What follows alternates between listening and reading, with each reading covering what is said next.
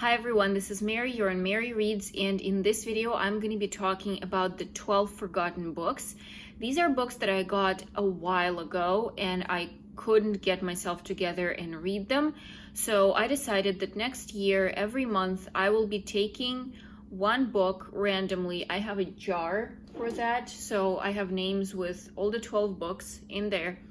And I will randomly be choosing one book every month and I will have to read it. So I don't know what other books I'm going to be reading, but these 12 books absolutely have to be written. I saw this format, some other blogger did that, and I thought that it's a very smart idea. If you have books that you haven't read for a while and you don't really know when the right mood will come, and this is just a good way to finally get it going. So I'm going to tell you about all 12 of them, and in the end of the video I will pick the first book from the jar that I will start reading in January. And the first book is Walkable City by Jeff Speck. According to him, walkability is one of the key factors that make a city thrive. And in this book he talks about how to make American cities walkable, how to bring them back to greatness, and how to help them thrive by making them walkable. I'm very interested in urbanization and in how cities change and what can be done for cities and towns to become better. I know that a lot of American cities and towns are unfortunately not very walkable. Like in New Jersey, where my husband's parents live, it's almost impossible to be without a car. And this book is very interesting in the sense that there is something we can change. And the city being walkable is not at all bad. It's probably for the best. The second book I got like 2-3 years ago, and I just couldn't find the right mood for it. Plus, it's pretty thick. And I was a little bit scared of that because once you start reading it, it takes a lot of time. And the book is Paris by Edward Rutherford. I've been showing him quite a bunch of times in the last couple of videos. In my December reading plans, I said that I want to read his Ruska about Russia. This one is about Paris. It's the same concept. It's a historical fiction that talks about one family through the generations, and it's a story of love, it's a story of adventure, a story of gaining fortune, and a coming of age novel. So there's going to be a lot in here, and the timeline, if I'm not mistaken, is Napoleonic Wars. I'm pretty sure it will start earlier than that, but that will probably be like the main timeline. So I'm very interested in that, and well, I'm hoping I'm not going to get it in January. It is a huge book to start the year with. The next book is something that I got in 2020 during COVID, when it was hard to get together, when everybody was sitting at home. So it's not something that I naturally read. It was something that I got in the moment when I had like a tough psychological situation. And this book is Heal Your Wounds and Find Your True Self by Lise Bourbeau. I decided to read it because I've had it for 3 years, and I think that it can be very interesting. I hope it will be. So I decided to take the book and try it. It's supposed to tell about people's wounds. The author says that there are only like 5 of them. They're like abandonment, something else. Rejection, abandonment, humiliation, betrayal, and injustice. And the author claims that all of your problems in life come from one of these 5 wounds, maybe more than one. And she also says, which is very interesting, she says that you will discover why some of us are extremely thin and others extremely fat. I know that it's absolutely connected to some psychological issues, but I just don't think you can define all of those issues in a book, especially the pretty thin book. But I want to try the book out and see if it's going to be good. The next book is a memoir, and it's a memoir of a Russian cavalry officer who was fighting for whites being anti-communists during 1917 civil war in Russia. So Reds are communists, Whites are anti-communists. So he was anti-communist, and he wrote a memoir about how everything was going.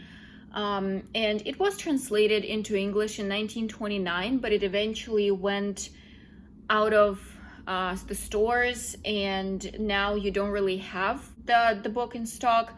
So this, I think, is like a translation of just some people who were interested in the person, and they decided to just do this and sell the translation on Amazon.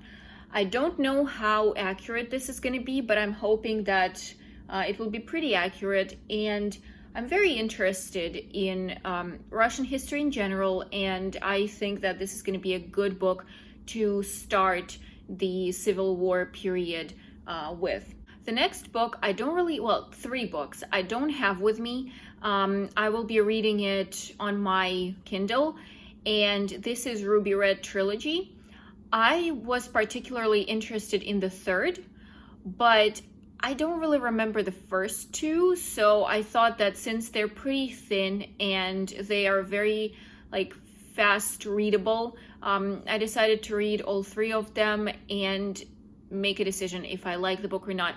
Because a lot of times people are saying that Kerstin Gier's books are getting worse and worse by book.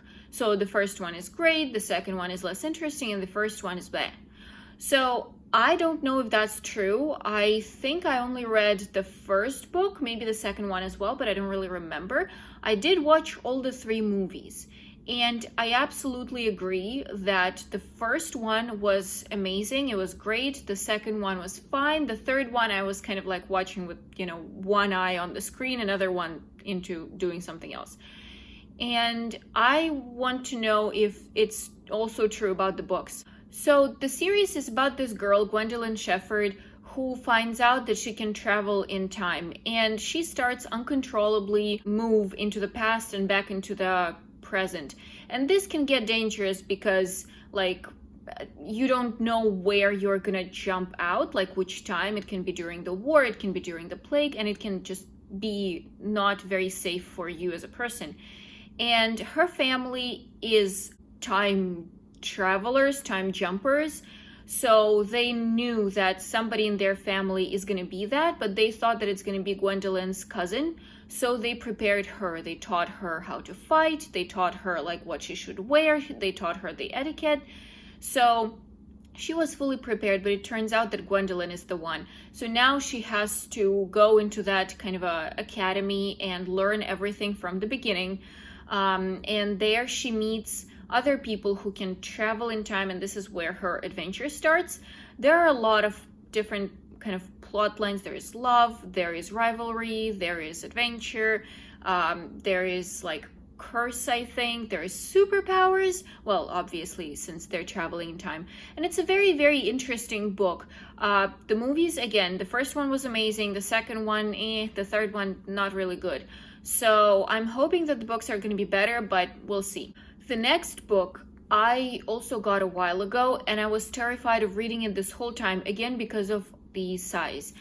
If you start reading it, it will take you so much time to finish, so I was like, I'll read it later, and here we are with the book still unread. It's Stephen King's 11/22/63.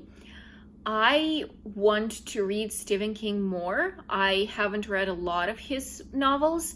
I'm very interested in it, but again, super long book. And I also don't really have much space on my bookshelves, so I'm hoping that I will read this book, I will make some sort of an understanding what Stephen King does, and I will make a decision. I understand that it and 11/22/63 are two very different books, even just genre-wise, but I still think that it kind of represents the author. So the story tells about a 35-year-old English teacher who finds out that in his friend's bar there is a storeroom that has a portal into the past, And now the teacher has to go back and save Kennedy from his assassination. And I think, if I'm not mistaken, the more you go back in time, the more times you go back in time, the worse it gets. I don't really understand in what way exactly, like either something happens to the body or something changes in the present, I don't know. But it's very interesting, and I'm very interested in Kennedy's assassination in general. So I really want to read this book and kind of make a decision if I want to keep collecting Stephen King. And let me put this book down because it's extremely, extremely heavy. Oh my God. The next book is Haruki Murakami's A Wild Sheep Chase. I have to say, I got this book being impressed by Norwegian Wood, and then I kind of lost interest slightly. And I was looking through what the book is about, and it sounds completely crazy. But I decided that I should give the author a chance and try reading his novel. So it tells a story of an advertisement executive, who gets a postcard with a sheep on it. So he decides to use this picture for an advertisement, and he doesn't realize that the picture has a weird mutant sheep with a star on its back, and some person contacts him and gives him an ultimatum saying that you either give me the sheep or you will face some horrible consequences.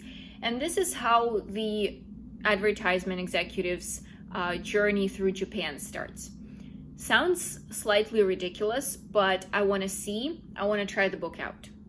The next book is Vanity Fair, and it tells a story of two women, Becky Sharp and Amelia Sedley. The author follows them through Napoleonic Wars and right after them. And this is a satirical novel of the 19th century English society, British society. I'm very interested. I really want to see it's a classics, and I'll explain to you why I haven't read the book yet. This was the first book I've ever gotten from Amazon, and it looks like a textbook. I didn't realize that on the picture, but it looks like a textbook, and the inside is even more like a textbook. Like, the font is super small, the paper is kind of weird, and the whole format is weird. Why is it that big? So I kind of was like, I don't want to read that. But and it's very important for me that the font is a certain size, the paper is a certain quality, and this just wasn't it. But I decided that instead of just buying a different book randomly, a different edition, I will read this one, I'll see if I like it. If I do, I will buy a better edition and give this away to the library. And if I don't like it, I will just give this away to the library and I don't need to buy a new copy. So we'll try this one out.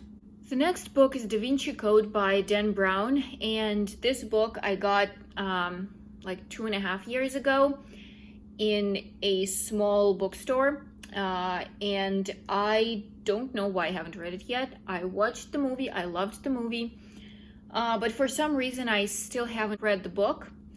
And this story tells us about, it's one of the Robert Langdon stories. So during his stay in France, Robert Langdon gets a message that the curator of the Louvre was killed inside the museum, and there's some weird cipher near his body.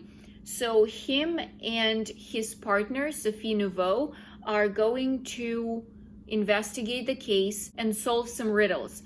And while they are investigating, they realize that the riddles are somehow connected to Da Vinci's works. The next book is Jonathan Franzen's Crossroads. One of the book bloggers said that it was the best book of the year, and I decided that I absolutely want to read it, but then I got it and never did.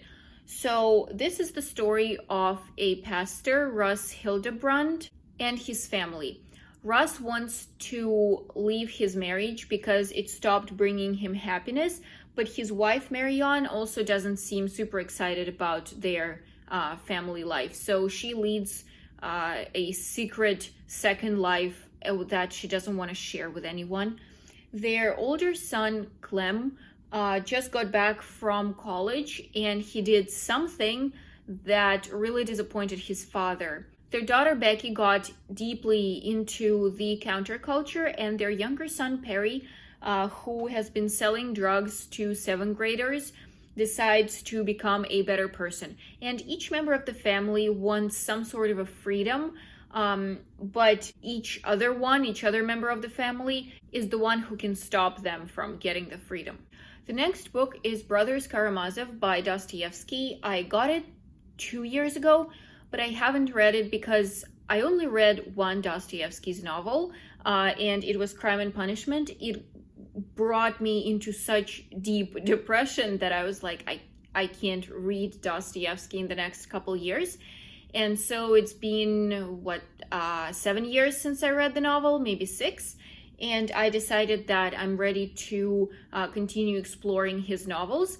And this one is one of the most popular ones, one of the most famous novels of his. It's very hard to describe what the novel is about, because it's a great novel with so many deep meanings and so many plot twists that it's kind of hard to give it like a straight definition. But the main plot line is the exploration of the love-hate relationship of Fyodor Karamazov and his 3 sons. So I'll read the book and I'll see if it brings me back into the depression. And the last 12th book is Donna Tartt's Goldfinch. This is the coming of age novel, and this is the story of a boy who loses his mother in a terrorist attack in the Metropolitan Museum. He survives, and this is how he comes to the possession of the artwork Goldfinch. And I think I've read something about him going through a lot of psychological issues and psychological trauma. So I want to see where it goes, where it leads. This is one of the most, Donna Tartt hasn't had many books. She only had 3. And this one was probably the most famous. And this is her latest book. She tends to publish books every 10 years. And this one was published in 2013. I'm really hoping that if not like on Christmas or New Year's of this year, then maybe next year she will give us something else to read and will publish her next novel. And now it's time to pick the book from the jar. I'm gonna just move them a little bit. I have no idea which book is where. And I'm really hoping I'll get something nice because I can't start with Dostoyevsky or something like that. Well, okay, so I said that I'm hoping I will not start with Paris. This is what I'm starting with Paris. Okay, well, we'll try. I hope I will be able to. I should probably head start on it now. And yeah, I will tell you how it goes and keep you posted on the book. And this was all for today. I really hope you enjoyed the video, and you can do the same thing if you want. Pick the 12 books that you can't just get yourself to read and put them all in a jar and try to get through as many of them as possible. I'm pretty sure you will find something that you will absolutely love. And thank you again for watching this video, and I'll see you soon. Bye bye.